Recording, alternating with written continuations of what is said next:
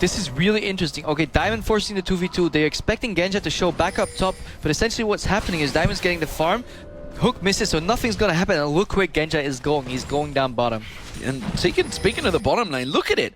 39 to, well, it's 33 now. It was 27 a moment ago. sOAZ is actually being quite heavily out-farmed by Darien in this matchup. And he needs to be really careful here with this one. Going to get slowed down. He's going to dash off to the minion. Flashes away from the knockup, but it's not going to be enough to get away. First blood, Darien. And this push advantage there, yeah, he's gonna beat Malphite. Of course he is. Malphite has nothing to offer. But once he hits level 7, 8, and 9, that's where the pressure comes in and he can combo. But the problem is there. Like, it's only a 300 gold difference. But look at the top. That's an 800 gold difference. Look at the jungle. That's a big difference. And now they're diving in, Joe. Yeah, flash hook came out. There's a crescendo coming down. sOAZ is super low, but it's Edward that actually falls in there. sOAZ able to stay alive from that one.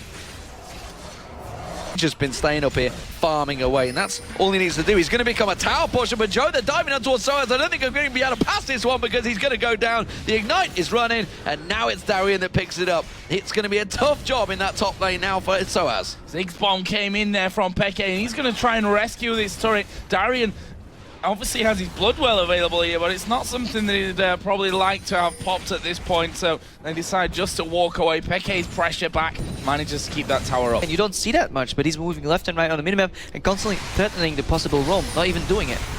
Oh, is this a bait? Is this a bait, Joe? They're going to go in. That's going to be the crescendo going down. He's managed to get away with the lantern. The Ignite was ticking, but they wanted a fight there. I was hoping Edward was going to go for the Korean play and put a ward on that lantern and then just deny it, but yeah, he just didn't quite do it. But still, he forces them out, and what they do? They capitalize on that play, taking a Drake yet again. Now because xPeke right now being attacked in the mid lane, he is, gets away with a lantern. The Ignite not enough to finish him off, and Gambit, whilst not able to get the kill, have they done enough work here to carve themselves an opening on the tower? The class farming until xPeke spikes so immensely with Rabadon's death cap, and then just going to rely on his flash to dodge skill shots.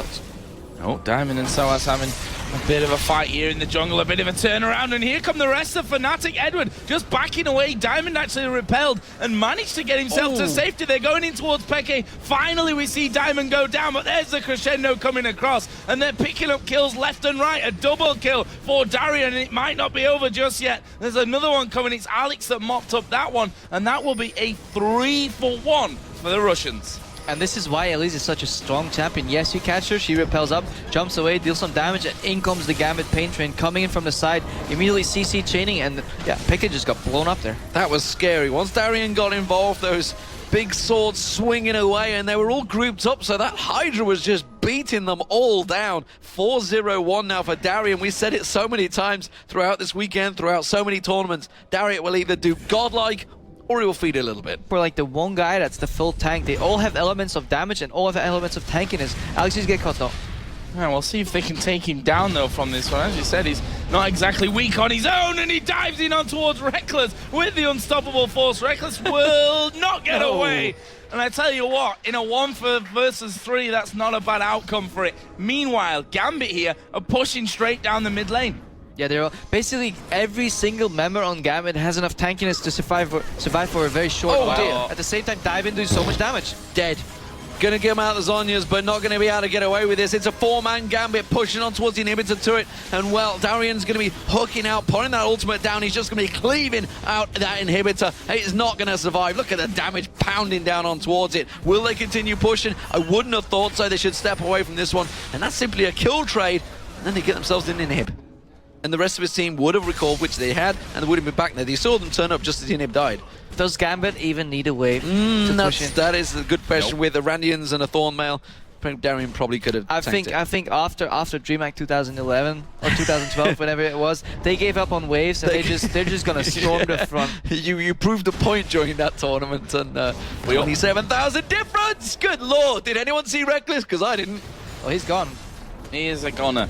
We all gave up on waves, by the way, after that game. Almost gave up on life halfway through it. It was that long. But Gambit here, I mean, when Alex can do that to your AD carry, Unstoppable Force is named for a reason. You're not going to be able to stop him getting in. See, usually I was never a big fan of AP Malphite because it's so binary, either you get him or you don't, but it does seem like you get him immediately with this combo. Look at Eddie, he's like, look what I found, I've got a top laner, and he's going to try and ganch me. Not going to happen, gets taken down, it's Genja, he gives the kill.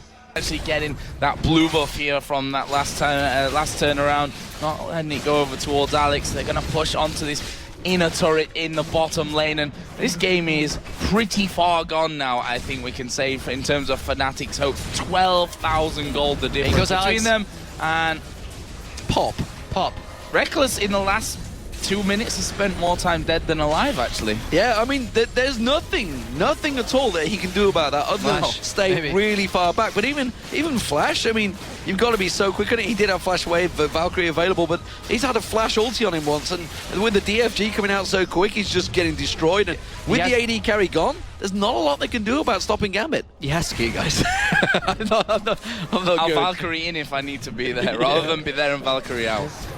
I'm not going to be anywhere near this one. Oh, he thought about it. Look, he came around the side and immediately saw Alex just peek around the corner. He's going to get caught. He's going to get destroyed. That is a complete multi-kill, and it's going to become all she wrote for Fnatic. That will be Gambit surely taking game one here. And really, what a fantastic performance they've put in. I think if we sum this up, all this game is about is Domoy. I think that's pretty much it.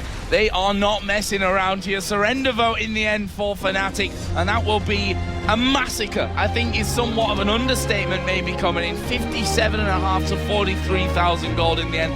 14-3 in kills, 8-2 in turrets. Absolute brilliance from Gambit.